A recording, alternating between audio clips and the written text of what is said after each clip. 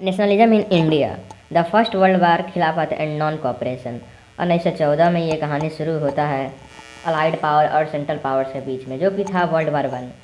Allied powers में जो country थे वो थे Britain, USA, Japan and Russia, और जो दूसरी तरफ थे वो थे ऑटोमन, जर्मनी, ऑस्ट्रो हंगेरियन।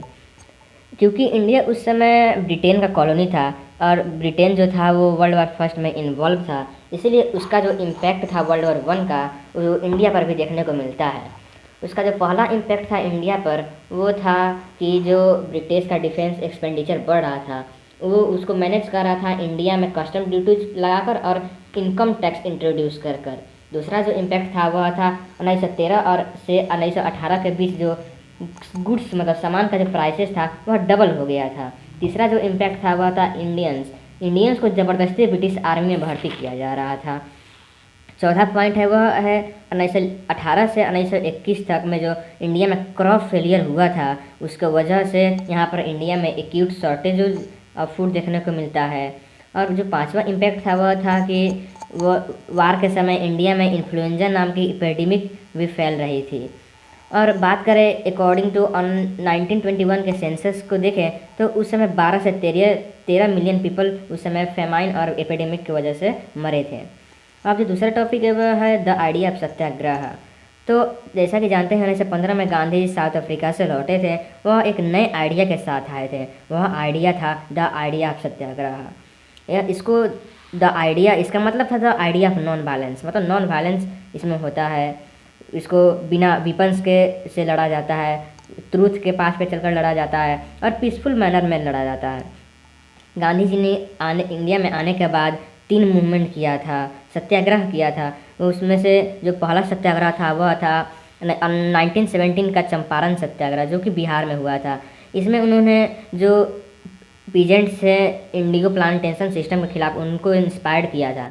दूसरा जो था खेदा गुजरात में, वो भी 1917 में ही हुआ था। उन्होंने पीजेंट्स जो थे खेदा के, वो जो रेवेन्यू था उनको नहीं पे कर पा रहे थे, इसीलिए वो रिलैक्सेशन चाहते थे, इनको गांधी जी ने सपोर्ट किया था।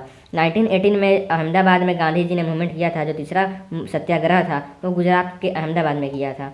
गांधी जी वेंट टू अहमदाबाद, गांधी जी अहमदाबाद गए थे और कॉटन मिल वर्कर्स को सपोर्ट किया था, क्योंकि इनका बहुत से लो वेजेस था, इनको कम दिहाड़ी मजदूरी थी। और ये तीनों जो सत्याग्रह थे वो सक्सेसफुल हुए थे।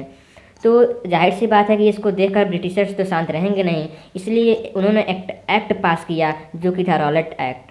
तो रॉलेट एक्ट के बारे में भी जानते हैं, रॉलेट एक्ट को हम लोग ब्लैक लॉ भी कहते हैं। 1919 में रॉलेट एक्ट पास हुआ था ब्रिटिश पार्लियामेंट के द्वारा, जो था इंपीरियल लेजिस्लेटिव काउंसिल। इसने रॉलेट एक्ट को पास कर दिया। ये जो एक्ट था वो गवर्नमेंट को इनॉर्मस पावर दे देता है कि person found in revolutionary activities, कोई भी आदमी अगर रेवोल्यूशनरी एक्टिविटीज़ में मिलता है तो उसको बिना अपने बात को रखते हुए उसे बिना बात को रखते हुए उसे 2 साल जेल में डाल दिया जाएगा। तो गांधी जी ने 6 अप्रैल 1919 को फर्स्ट नेशन वाइड मूवमेंट चालू करते हैं, जो था रॉलेट सत्याग्रह। तो उन्होंने मूवमेंट स्टार्ट किया था, तो इसका इम्पैक्ट पड़ा था। इसका क्या इम्पैक्ट था वो था कि बहुत सारे दुकानें बंद हो गई थी, रेलवे के जो वर्कर थे वो स्ट्राइक पे चले गए थे। तीसरा था रैलीज ऑर्गेनाइज किया गया था, कहीं कहीं बहुत सारी जगह रैलीज ऑर्गेनाइज किया गया था। ब्रिटिशर्स को लगा कि इनको कंट्रोल करना पड़ेगा, तो उन्होंने लोकल लीडर्स को अरेस्ट करवा लिया और गांधी जी को दिल्ली में इंटर करने से रोक दिया गया। 10 अप्रैल 1919 को अमृतसर में जो लोग जो थे वो पीसफुल प्रोसेसन कर रहे थे, मतलब शांति से पूर्ण धरना पे बैठे हुए थे, लेकिन पुलिस ने उन पर फायर कर दिया। तो जो पीपल थे, लोग थे, उन्होंने बैंक्स और पोस्ट ऑफिस और रेलवे स्टेशन पे अटैक कर देते हैं। देन जो ब्रिटिशर्स थे वो अमृतसर में मार्शियल लॉ लगा देते हैं। इस मार्शियल लॉ का मतलब ये होता है कि जो सारी पावर थी वो मिलिट्री के पास चली गई थी, और जो उस समय मिलिट्री का हेड था वो था जनरल डायर। अब बात आती है 13 अप्रैल 1919 को। जालियांवाला बाग में बैसाखी का मेला लगा हुआ था। उस समय बहुत सारे पीपल थे जो एनुअल बैसाखी को मेला देखने के लिए आए थे। उनमें बहुत सारे लोगों को पता ही नहीं था कि यहाँ पे मार्शियल लॉ लगा हुआ है।